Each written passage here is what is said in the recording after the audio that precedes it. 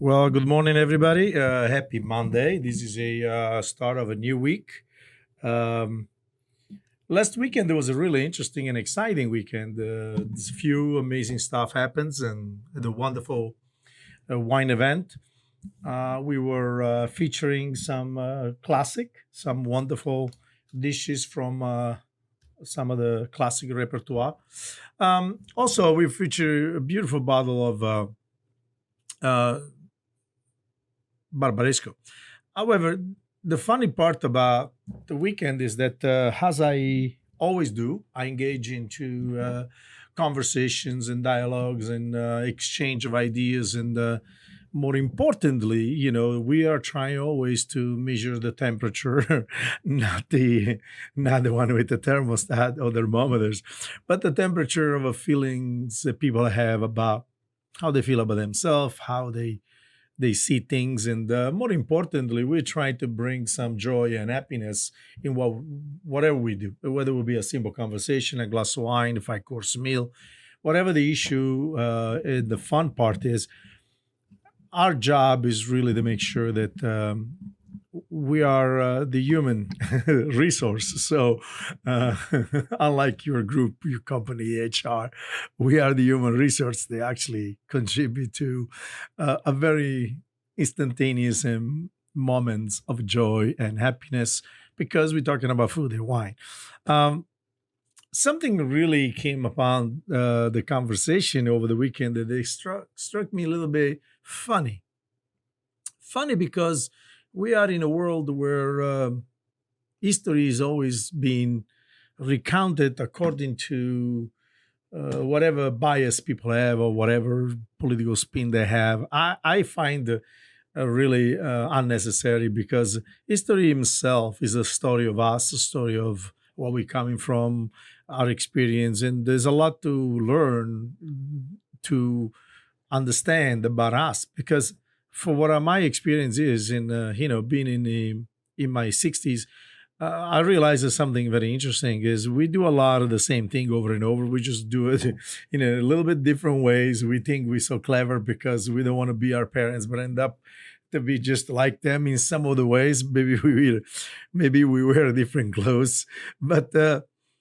after all, humanly speaking, we are who we are. We are creatures, and they have this beautiful thing about us. We always walk that sweet fine line in between craziness and geniality, and sometimes boredom and excitement. And the problem is that sometimes people want to make exciting everything, or everything is boring. And the truth is somewhere in between. There are some things that are kind of boring, but they can become very exciting very quickly.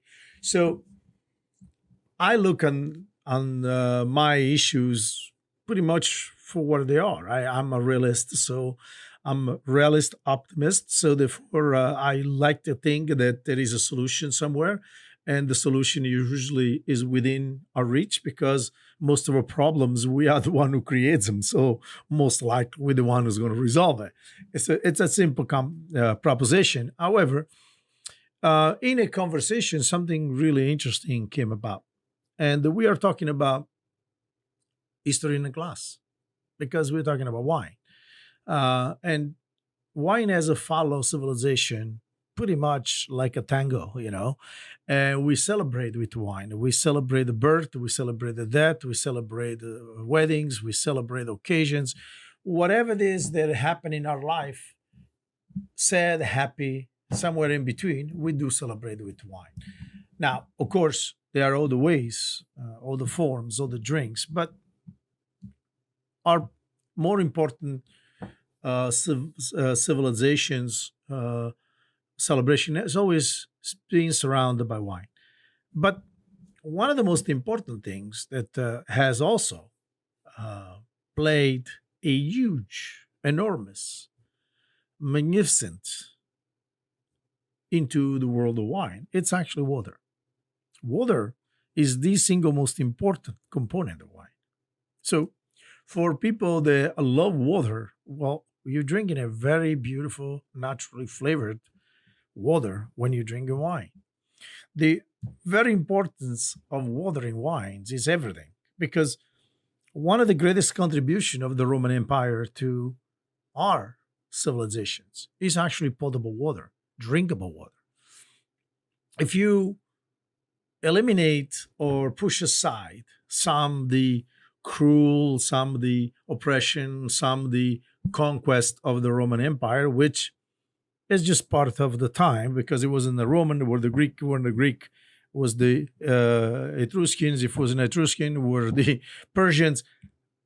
Human, they been at war with each other for a lot of reason, but most of them because that's all we knew then. And so it was the strongest win, the weak perish. However, on the end of it all, there's a glass of wine. Okay, maybe a carafe or maybe a tank. However, water, it was the quintessential important to the Roman. In fact, to a point where the Roman created one of the most massive public constructions or public service to the Roman Empire, maybe together with the security of the roads, which they established the miles, the famous miles. So they had a stone who actually point a precise measurement, which was a mile, and then the distances so that they can tell what happens, where it happens. And so therefore they could control commerce and they could control viability in those on those roads. Some of the most famous roads are still thriving today, the Appia Road. The thing is, we have to understand in a very simple ways that the Roman understood very early on, in order to have a civilizations, in order to have a unity, in order to have a commerce that will be thrive into the whole republic, it was very important that you had a roads where people could do their business on it. They would have been secured by the Roman forces and the local forces. Pretty much what you have it today. You have the Iowa police, you have the state police, you got the local police.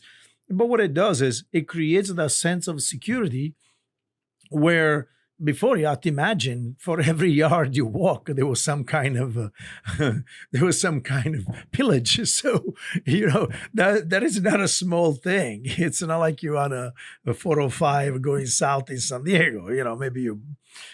Maybe you have a problem or two, but no, this was like a really dangerous place. And, when you're going by a cart, it's a little more hard to run away. So the Roman understood that very early, but also understood something very important. In order for a community to be stable, to thrive, to have a center of commerce, you have to bring water. And water is a very valuable commodity. One of the most important commodity of humanity. Because without water, it's going to be very hard to move, to go anywhere. Energy is everything. So the Roman understood that, so they created one of the greatest massive construction across the Roman Empire. We know today as a Roman aqueduct. And the Roman aqueduct is a very simple principle. Water runs downhill. So most waterfalls, most water sources was on high elevations. So they built this massive, beautiful sequence of brick and arches with a channel inside, and the massive amount of water will flow downhill, and then they will distribute across the Roman Empire.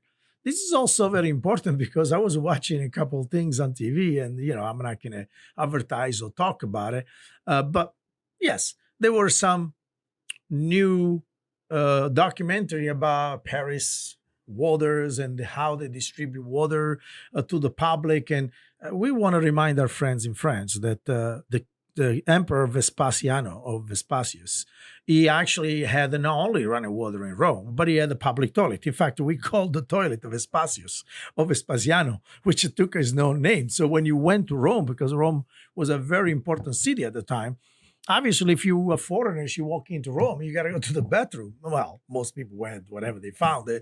After all, some of the people still do it today. But from a civilization standpoint, the Romans understood very well. You want to keep the city kind of clean a little bit.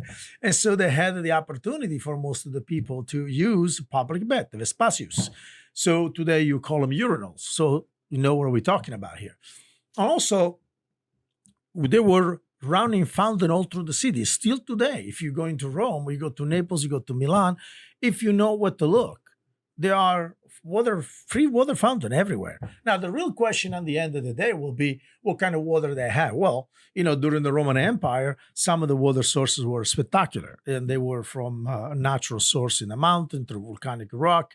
So Italians had grew up and the European in general, French, Portuguese, understand the value of quality oligo mineral water, where Latin oligos means multi. So when you drink water, make sure that the water has multi mineral or soluble mineral. The thing is, water is a big business today. It has been for a while. A lot of the water in the marketplace, they're purified water. They had zero value except if you're thirsty, you drink. Do we criticize everybody? Of course not. That's not my job. It's the point of the conversation. The point of this conversation is that water and water value has been known from the antiquity. In fact, the Roman, they built the whole industry around it, and a big one too. Because if you remember, every city you go that Roman touched, if there was a natural water source, they actually founded it a water bath. The bath at Caracalla, everybody knows because the three tenors sing over there. The bath in London, the bath in Baden-Baden in Germany, famous from the antiquity. The Roman believed that there was a health that was connected to the return the body to the earth. And in fact, they believed in the Janus Bifrontis, or the genius with two faces. So on one hand, you have one behavior, on the other hand, you have the other behavior, and you have to balance those two behaviors in order to have a successful, beautiful life. That is true. That is true in everyday's life. Because if you spend a big weekend and you blast it and you knock out and drink too much, you need some time to get it back to normality because your body can't function constantly under that kind of pressure. That's where you get in trouble. So the Roman knew if you had a beef, then you should have vegetables. And if you had grain, you should have fruit. So they understood it because live and learn. They were not genius. They learn how to become a genius because when you have a very high stomach problem, then you realize that is not a good idea. In fact, if you want to understand the Italian psyche, Italians are always suspicious when they walk into a new restaurant. And they always ask for the most simple dishes possible. Just a little pasta with fresh tomatoes or fresh tomato sauce. And they tell you the reason why, because they have a problem with their stomach. They really don't trust you. Let's be clear. They want to make sure that if you mess up the most simple dishes, there's no reason why they should sit there and waste 2 hours and spend the money on your restaurants, on your product that is really going to suck all around. So maybe right, maybe wrong, but that's our psyche. That's how we've been trained all our life because we do believe in this kind of things. And obviously we have a millennium of experience behind us that we understand that certain things are very important to us. Health. It's the single most important things to us. In fact, in Italy, when they salute you, they say 100 years in a good health. So they are 100 years more in a good health, not just 100 years. So we understand how wonderful this is all about. And, it's really easy for all of us to understand how things can just change.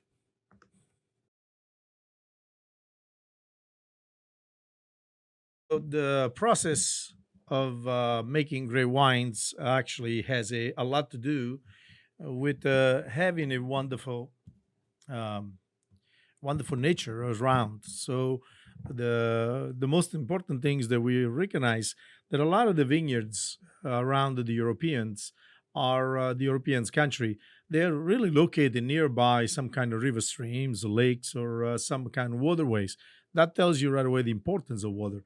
Also, is extremely important because one of the things that symbolize rivers are the fact that when you have vineyards on a hillside, after the rain and the melting of ice and some other temperature situation or weather situation, everything rolls down the hills. And by running down the hills, we mean that water residue will carry with them all the organic matter, the foliage and the minerals and the soluble necessary nutrients for the vineyard site. As well, that's where it goes down to the river and collected. The other most important part is that because remember in those days, the river were the greatest freeways of our time. And so most of the either villages and population lives around riverbeds. They also had this wonderful commerce and communication. So they put on barges and bring out all the vegetables, fruit, and wines, and every other things. The most important part of all this is the ability understanding how civilization evolves over time. And I love when people are out there screaming yelling about revolutions. The reality is the greatest assets that our society has is evolution. Evolution is a quantification of the past experience and the possibility of the future experiences, and we put it together understanding what works, what doesn't work. And so one of the things that we love about it, if you think the greatest contribution, the aqueduct, and the aqueduct of the Romans, it crossed the whole Roman empires. They created this beautiful, healthy, potable water for drinking water so that the business center, the city center, it built around it. And also, one of the greatest things that we all love, which is spas and baths.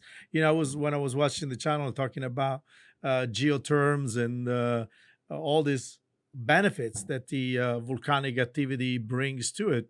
We love to remind everybody. Maybe history is escape to a lot of people because now with the Googles and all the different platform, you don't have to learn anything. You just click in and find out.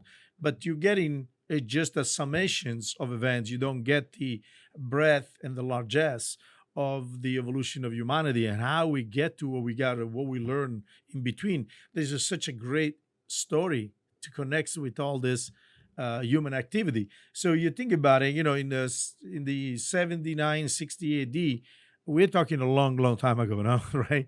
So the Pompeians already had to figure out how to harness the hot water from Mount Vesuvius through a system that is called intercapedine. Intercapedine is basically two walls and a wall in between where the hot water from the volcano will run in between into the spa. So they had hot water not only for the bath, but also warm up the whole spa during the winter months. That's genial if you think about it.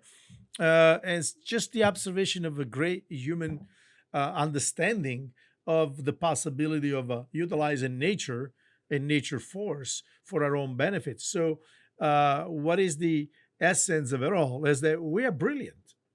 We don't give ourselves a lot of credit for, but we are. We are really brilliant when we actually stop screaming and yelling at each other and focus on what these challenges are in front of us and what can we do to not only overcome, because that's the easy things to do.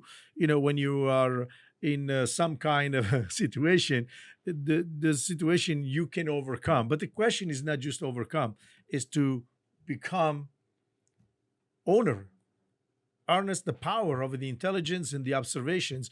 Leonardo da Vinci used to call that the power of observation. It was the center of understanding of science. So winemaking is really not a complicated process at all. It's a very simple process. In fact, it really occurred naturally in the beginning.